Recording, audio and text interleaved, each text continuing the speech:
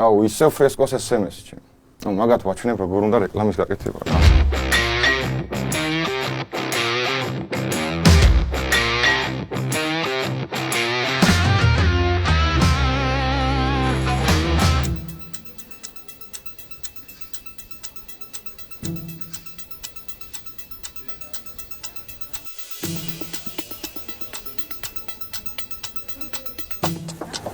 გამარჯობა, ვარეკლამით რა?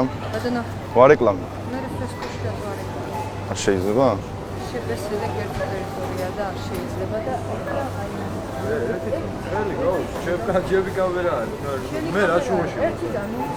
ო რა. რა თანაცოშო. მიგებ აგერ ადამიანი შემოვიდა მაინტერესებს რა. ასე მე რა ვიცი კითხე და დაელაპარაკე ჩეკა რა. ვისაც გინდა იმას დავუგეთე გამოვიდა. დამელოდით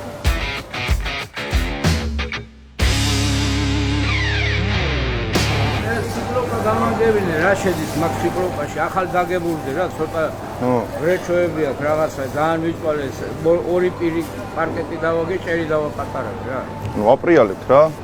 ხო და ფასი რა არის აი აწერია სამლარად შეგვიძლია და გავაკეთოთ. კი.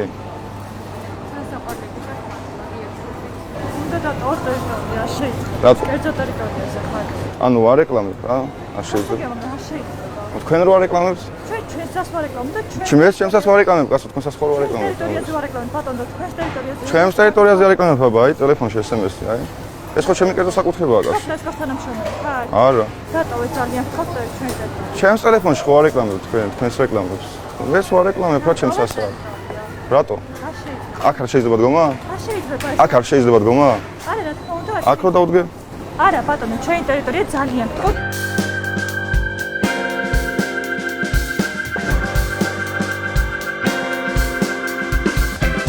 ეს გაგამკითხავს ძლებში ალბათ.